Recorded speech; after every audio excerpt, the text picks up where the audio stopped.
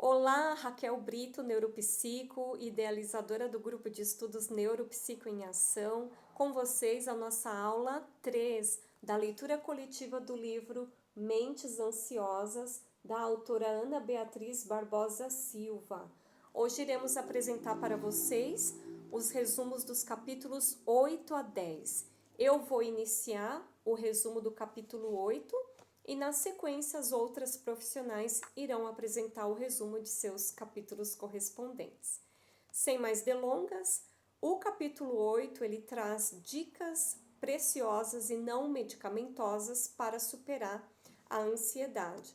Então, antes de iniciarmos propriamente dito no tema, abrimos uma ressalva de que a doutora em nenhum momento aqui ela passou para nós o fato de substituirmos o tratamento convencional e até medicamentoso em favor desses coadjuvantes. Não, simplesmente ela trouxe a sua experiência clínica, resultados positivos de seus pacientes, e essas dicas estão ao acesso de cada um de nós. Então vamos lá? Podem anotar se quiserem. O primeiro passo que ela traz aqui é reconhecer o nosso medo. Sim, porque como vimos lá no capítulo 1, todos nós temos medo, grandes ou pequenos, sem exceção. Então, reconhecer o nosso medo é o primeiro passo. O segundo passo é procurar ajuda especializada, como em todos os capítulos ela abordou essa questão de não se auto-diagnosticar, mas procurar uma ajuda especializada caso você perceba que esse medo traz prejuízo significativo à sua qualidade de vida. Terceiro passo: caso você procure esse profissional especializado e obtenha o diagnóstico de transtorno de ansiedade, você deve levar o problema e o tratamento a sério como qualquer outra doença, hipertensão, enfisema, diabetes, etc. O quarto passo que a autora traz aqui é a questão de aprender tudo sobre seus medos e ansiedade, onde literaturas, experiências, filmes, existem uma gama de filmes que abordam essa temática de transtorno de ansiedade. Momentos como esse de leitura coletiva, troca de experiência, podem ser coadjuvantes positivos na luta aí contra a ansiedade. Quinto passo: suporte. Procure suporte de outras pessoas, amigos, familiares, até mesmo associações de pessoas que têm transtorno de ansiedade podem ser coadjuvantes positivos. Na sequência, a doutora cita princípios dietéticos, que tem a ver com a nossa alimentação. Alguns alimentos que aceleram a questão da ansiedade e que nós devemos evitar efetivamente. Então, a doutora ela traz que pesquisas médicas nas áreas da dieta e nutrição, nos últimos 30 anos, demonstraram que muitos alimentos, bebidas e suplementos alimentares podem agravar ou desencadear sentimentos de ansiedade. Quais são eles? Cafeína, refrigerantes à base de cola e chá preto. Por que a cafeína? A cafeína, ela eleva o nível de noradrenalina do cérebro, que é um neurotransmissor que aumenta a vivacidade. Além disso, a cafeína estimula a descarga de hormônios do estresse, principalmente o cortisol, a partir das glândulas suprarrenais, intensificando ainda mais os sintomas de nervosismo e agitação. Portanto, se você sofre de sintomas de ansiedade, você deve procurar reduzir o consumo de café a 1 xícara diária, procurar tentar evitar refrigerante à base de cola e chá preto. Na sequência, a doutora fala a respeito do açúcar. Sim, a glicose é uma forma simples de açúcar que proporciona ao corpo sua principal fonte de energia. Por exemplo, somente o cérebro, para que se tenha um bom funcionamento, somente o cérebro é responsável pelo consumo de 20% total de glicose disponível no organismo. Entretanto, a forma como introduzimos esse importante alimento em nosso organismo pode afetar de maneira profunda nosso estado de humor. E realmente não há dúvidas de que o excesso de açúcar, sempre ouvimos isso, estressa muitos sistemas do organismo, o que piora a saúde e intensifica então a ansiedade, que é a nossa temática de hoje. Então ela traz aqui, resumidamente falando, a dica de procurar satisfazer seu desejo de doce, mudando por alimentos saudáveis. Isso a gente pode estar procurando uma nutricionista. Álcool. Tal como os açúcares, o álcool aumenta os sintomas de hipoglicemia e o seu uso excessivo pode aumentar a ansiedade e as oscilações de humor. Então, a pessoa que sofre de transtorno de ansiedade, recomenda-se que usem muito raramente bebidas alcoólicas e, se usarem, que usem com responsabilidade. Então, ela cita aqui 2 taças de vinho, 2 latinhas de cerveja ou apenas uma dose de qualquer destilado, uísque, vodka e assim por diante. E além disso, ela traz os alimentos que aliviam a ansiedade, que são alimentos que a gente sempre ouve dizer que realmente são bons para a saúde, verduras, féculas, legumes, cereais integrais, sementes e nozes, carne, peixes, aves. Então, sabemos que são importantes para a saúde, mas nesse capítulo aqui, ela ressalta a importância para quem está lutando contra a ansiedade. Técnicas de relaxamento, exercícios físicos, terapias complementares também são coadjuvantes na luta aí contra a ansiedade. Novamente, trazendo a ressalva que trouxemos no início do vídeo, a doutora aqui, ela não defende que essas terapias citadas aqui substituam o tratamento convencional e até psicoterápico para quem sofre de transtornos de ansiedade, mas simplesmente ela traz a experiência clínica, os resultados satisfatórios de seus pacientes que trouxeram bem-estar, conforto, autoconhecimento, autocontrole, e são dicas preciosas que estão ao alcance de cada um de nós. Então, da minha parte, o meu resumo fica por aqui e seguiremos então com as próximas profissionais com o resumo dos capítulos 9 e 10.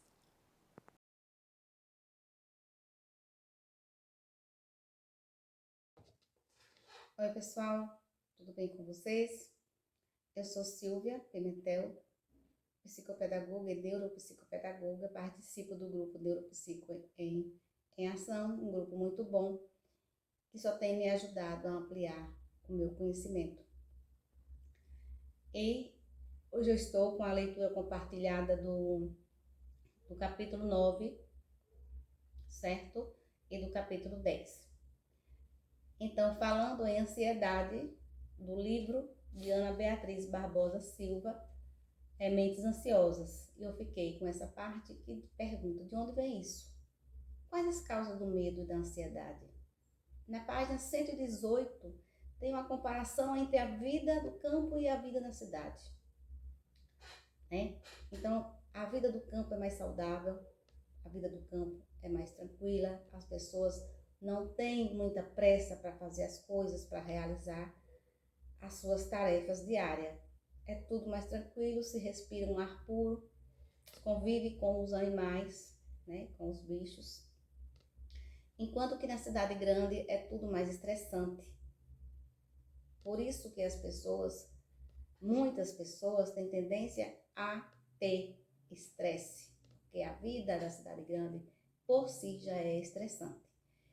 Então as pessoas vão trabalhar para começo de conversa, que tem filhos, deixa seus filhos em creches, já fica preocupados. Ou se deixa em escolinhas, ficam preocupados. Se vai pegar um transporte para chegar ao trabalho, ficam preocupados, com medo de acidente, né? São muitos perigos que se tem numa metrópole, né? São muitos perigos que se tem numa cidade grande, uma grande metrópole. Então, são os riscos de você ser assaltado, porque tem muito bandido, né? E são vários riscos que as pessoas passam, que isso causa estresse.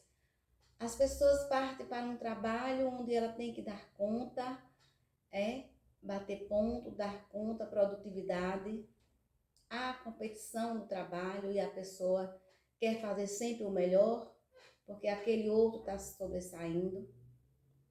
Não é? Você tem que fazer vários cursos porque você tem uma profissão e você tem que dar conta daquela profissão e você vai sobrecarregando a sua mente de muita coisa. Chega um dia que tudo estoura. A pessoa não aguenta, né? Dá um bom na cabeça da pessoa. A pessoa ataca realmente um estresse, né? E esse estresse vai precisar de ajuda. A pessoa com esse estresse vai precisar procurar um profissional, vai precisar tomar medicação para poder levar uma vida aparentemente normal, porque ela chegou, né, num ponto que ela não consegue mais realizar as tarefas dela sem a medicação. Então tem que tomar medicação controlada para poder fazer as coisas, sim, tomar medicação, sim, até o dia que o médico der alta, né? Sendo que a pessoa não precisa mais, a pessoa precisa fazer terapia. Então, é muito difícil. Então, existem as causas da ansiedade patológica, que eu posso citar aqui, mas não posso detalhar porque o tempo é curto, que são o sistema nervoso central e periférico, sistema endócrino ou glandular, sistema imunológico, sistema cardiovascular. É importante destacar, na maioria das vezes, os sintomas de ansiedade excessiva, que estão relacionados com um ou mais comprometimentos desses sistemas citados, certo? No entanto, o termo transtorno de ansiedade é utilizado quando o sistema nervoso for o principal sistema funcional comprometido e, portanto, responsável pelos sintomas da ansiedade patológica. Transtorno de ansiedade e os fatores de risco. Posso citar alguns aqui que predispõem uma pessoa a desenvolver os transtornos de ansiedade, os desequilíbrios fisiológicos, fatores genéticos ou predisposição familiar, programação familiar, situações de tensão emocional a curto e longos prazos e crenças pessoais. Estruturas cerebrais do sistema límbico. Vou citar a fissura longitudinal, fórnix, a área septal, o córtex cingulado direito, córtex cingulado esquerdo, tálamo, hipocampo, amígdala, corpo mamilar, hipotálamo e tronco cerebral. O sistema límbico é responsável por todas as emoções, desde as mais agradáveis, como alegria e paixão, até as mais incômodas, como tristeza e medo. Desespero e ansiedade acarretam a mente da pessoa e isso, consequentemente, provoca ansiedade. Assim, o corpo físico e o cérebro emocional, o sistema límbico, são coativados ao mesmo tempo para fugir ou lutar. O primeiro pela adrenalina, o segundo pela noradrenalina. Em termos de medo e ansiedade, o que o corpo sofre, a mente sente. Passando para a complementação do meu texto, que é muito grande, vou partir para o capítulo 10, onde tem o relato de Bianca, advogada de 34 anos, bem-sucedida, que já está chegou num ponto em que ela relata que está assoberbada de muito trabalho, de muita coisa, que quer jogar tudo para o alto, que não aguenta mais. Então, pessoal, assim como ela, assim como Bianca relata aqui, nós passamos por situações iguais, né? Queremos tanto, fazemos tanto, que no final das contas, esse tanto que nós fizemos acarretou no nosso problema, no nosso problema familiar em casa, né? Acarretou em problemas no trabalho, acarretou em problemas com os filhos, e isso não pode acontecer.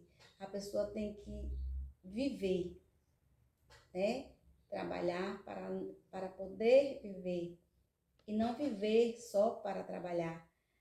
A gente precisa, o mundo é grande, mas a nossa vida é curta, ninguém sabe até onde a gente vai, até que dia a gente vai.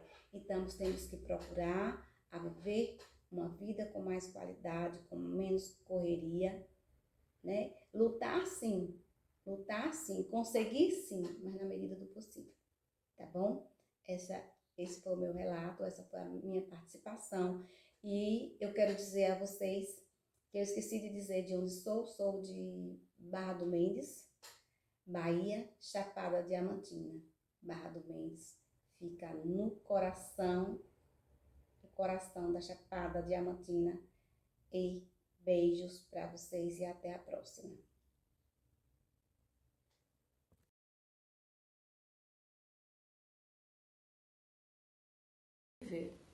Se nosso cérebro estiver em boas condições de funcionamento e a ansiedade exatamente no nível certo, ela poderá atingir o máximo de empenho em diversos desafios.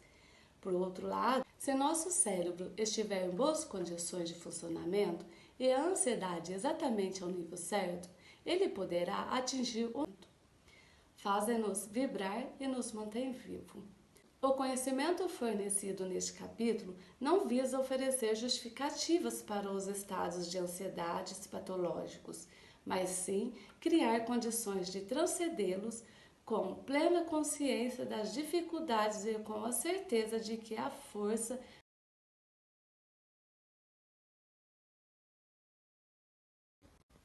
Oi, meu nome é Elina Justiniano, sou de Muzambique, Minas Gerais.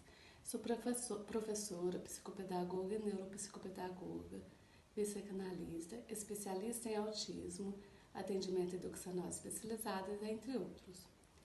Em primeiro lugar, quero agradecer o grupo Neuropsico em Ação e em especial a Raquel, que vem me ajudando muito em todos os sentidos, institucional e clínica.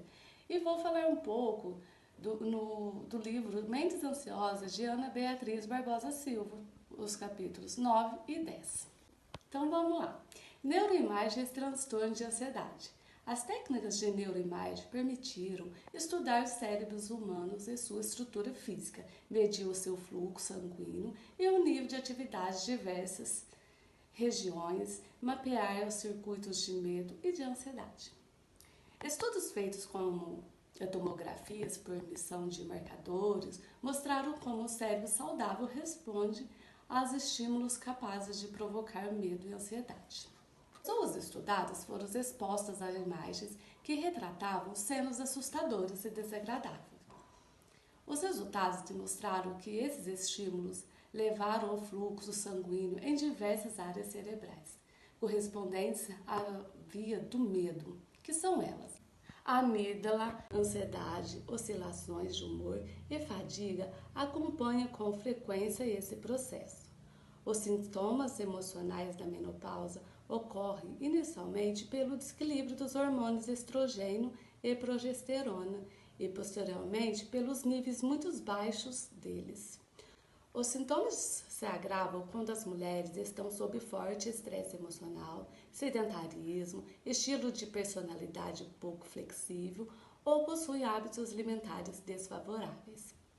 O tratamento da menopausa pode incluir a terapia de reposição hormonal, utilização de medicamentos antidepressivos, suplementos vitamínicos de minerais, atividades físicas regulares pode ajudar bastante a restabelecer a energia e a vitalidade e a estabilizar o humor. No hipertireoidismo, que ocorre quando as glândulas tireoide segregam uma quantidade excessiva de hormônio tireoidiano, o qual é responsável por dar energia para a célula e quando estão em excesso, pode causar sintomas como ansiedade generalizada, insônia, cansaço ao menor esforço, pulso acelerado, suores, intolerância ao calor e aumento da atividade intestinal. Para o tratamento são utilizados tratamento de ansiedade, diante dos obstáculos e contratempos que a vida nos apresenta, sem que tenhamos que adoecer com isto. É um desafio e tanto. O conhecimento e o autoconhecimento nos trazem o saber, o poder de nos transformarmos em pessoas melhores e mais felizes. Dessa forma, o medo e a ansiedade nos tornam aptos à ação, estimulando cautelas em nossas escolhas e comportamento. Fazem-nos vibrar e nos mantém vivo.